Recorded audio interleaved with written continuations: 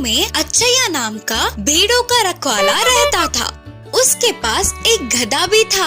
अच्चैया रोज उन भेड़ों को चराने ले जाता था। उधर उन्हें भरपूर घास चरने को मिलता था।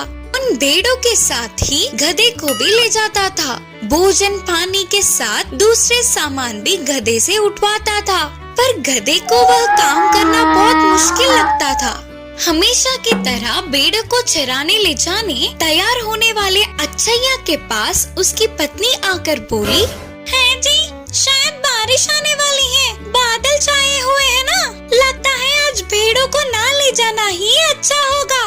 पर पत्नी की बातों को अनसुना करते हुए रोज की तरह ही भेड़ों के साथ गधे को भी पहाड़ी पे ले गया। भेड़ चर रहे थे तो अच्चैया एक पेड़ पे बैठकर देख रहा था। गधा भी थोड़ा दूर खड़ा होकर मालिक को ही देख रहा था। तभी तेज बारिश की खबर लगते ही अच्चैया दौड़ते हुए भेड़ों को लेकर घर के रास्ते निकल पड़ा।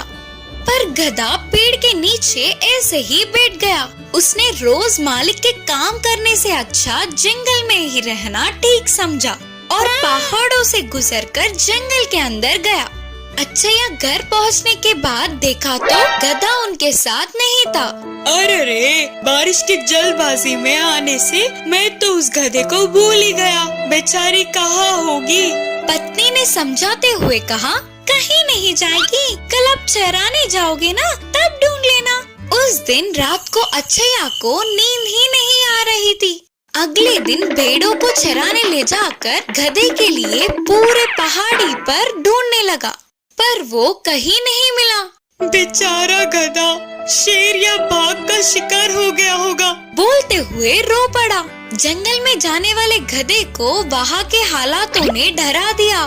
जंगल में नहीं थी ना, इसीलिए और अंदर गए तो कहीं उसे कोई जानवर वार करके मार न दे करके वो अपने प्राणों को हथेली में रखकर बिताने लगी।